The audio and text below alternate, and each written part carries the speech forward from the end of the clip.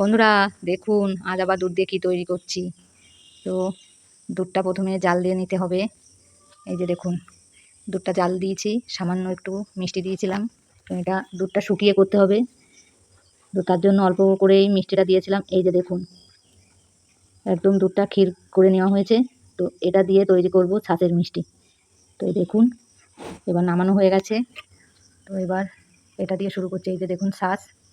তো এইভাবে অল্প অল্প নিয়ে এই দেখুন এইভাবে এক এক করে সব তুলে নিয়েছি। আর পাশে এদিকে মা করছিল, তো একটা মার কাছেও একটা ছিল, তো তাই দিয়ে একটু মা করলো। তো এদিকে হয়ে গেছে। তো দেখুন কতটা হয়েছে। তো প্লিজ আপনারা কমেন্ট করে জানাবেন মিষ্টিগুলো কেমন হয়েছে। আমরা বাড়িতে তৈরি করলাম, আর কে কে খেতে পছন্দ করেন ছাঁচের মিষ্টি বলবেন। দেখুন কতটা হয়েছে, অনেকটাই হয়ে গেল কিন্তু। দেখুন